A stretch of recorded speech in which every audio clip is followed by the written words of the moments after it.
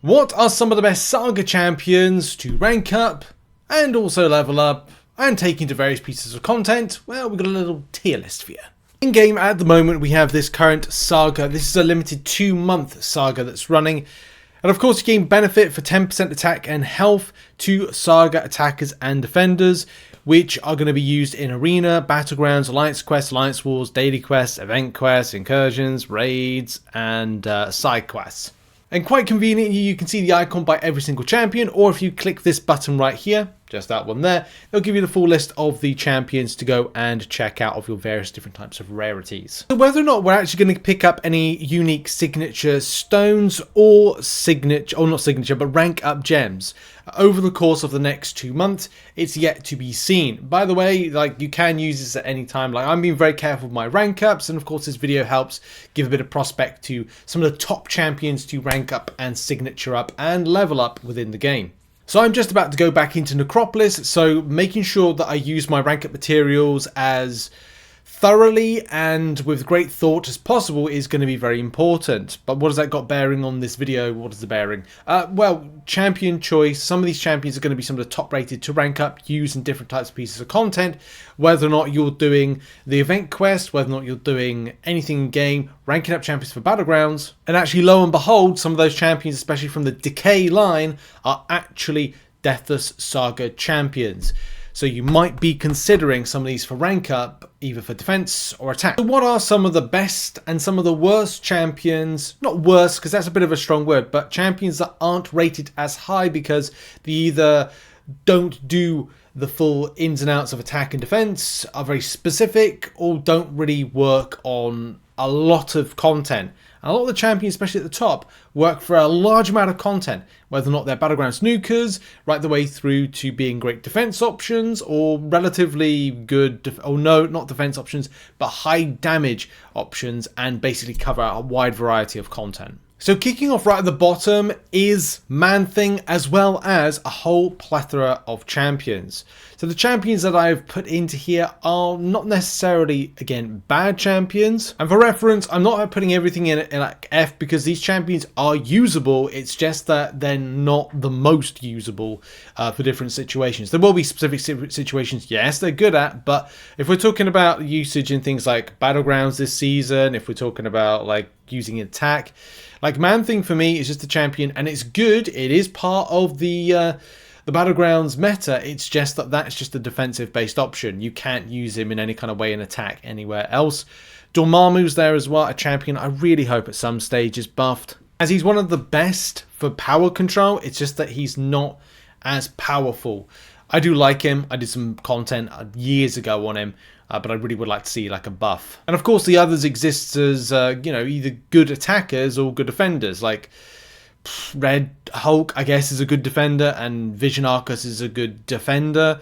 There could be some good meta shifts this month with Red Hulk. It's hard to say. We're in an early point. It's Gladiator Circuit Week 3 and 4 that could be interesting for that character, being an Incinerate immune champion. The same thing with the next row, D, right? There are some really quality champions within there that can be used in a large amount of spaces.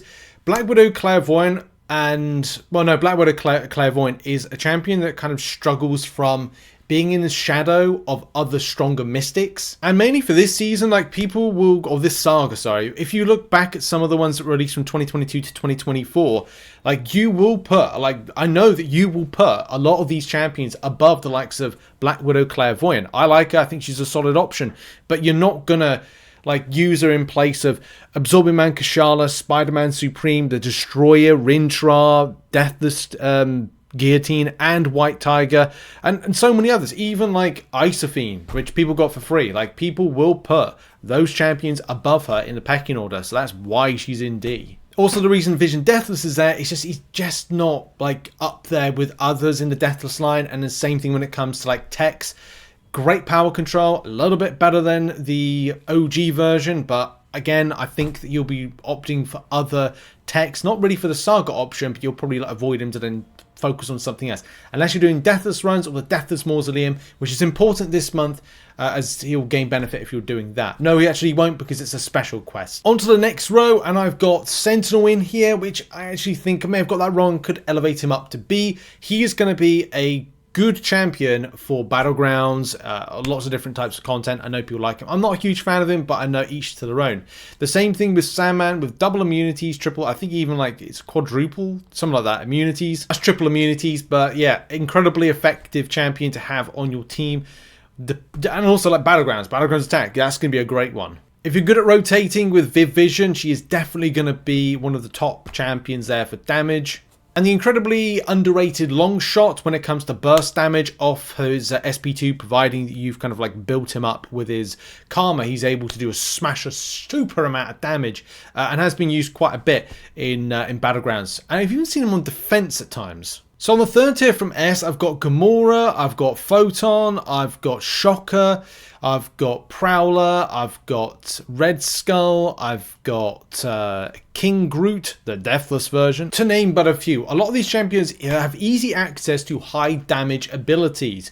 Definitely Gladiator with his quite recent buff. Photon, who could be a defense and attack option and is incredibly effective. I may even got this wrong, and the champion Photon could be put up a lot further.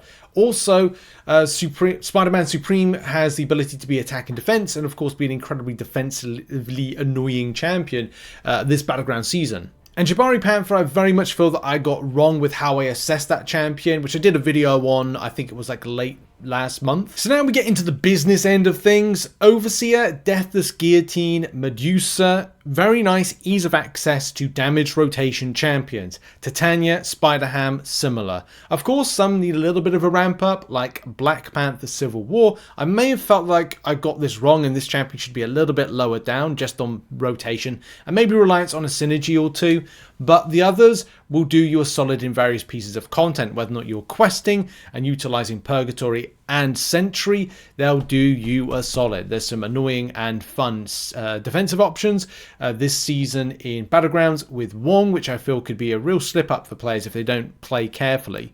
Spiral, of course, incredible, and there's so many others that could be and maybe should have been up to A, but I feel quite strongly on this. Of course, if you agree or disagree with any of these, put it in the comments. You know, it's all right. Like, this is based on personal opinion, and I'm sure some of them I've pretty much got wrong, but there's some others that I kind of feel that definitely deserve the top. They are the GOATs, the God tiers, and have been incredibly effective and helpful for various different things. This is why I have put on Silk, Luke Cage, Hulk, Deathless, Thanos, Serpent, She-Hulk, Deathless, America Chavez, Deadpool X-Force, Juggernaut, and Count Nefaria. Do I have some of these ranked up? Yes. Are they incredibly effective and great to access damage quickly? Yes. Silk, of course, incredible, massively helpful in Alliance War Showcase this month. Very much helpful in the Battlegrounds meta. Lots of content that she can do. Top quality nuker. We've got Luke Cage as well. I've just recently warmed up to Luke Cage. Titania, of course, being a buff immune champion is just so helpful in so many pieces of content. Deadpool X-Force, as we know, is doing a plethora of damage. Whether or not he's going to be nerfed or changed down the line, I don't know. Not nerfed, but kind of like altered to different state. When he's not being bugged, Juggernaut is doing any player a solid in ramp. You just need to do like an SP1, build up to 10 unstoppables, do an SP2, and you'll probably find that the health pool in the enemy is gone. Like, it's just as simple as that. Serpent, of course, is an annoying defender and attacker.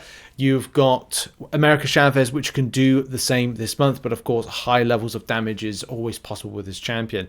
There's a lot more dissection and information I could give about every single champion mentioned in this video, but otherwise, we'd be talking for absolutely ages about why some of these champions are good and some of them not so good. Anyway, that has been the video. That has been a tier list based on the Saga champions, and potentially, if you get any signature stones or rank up gems, which ones you should be using, especially because we've had similar ones in the past. What are your thoughts? Put it in the comments. Thanks very much for the support, as always, and I'll see you all in the next one. Check out some other content, and goodbye for now.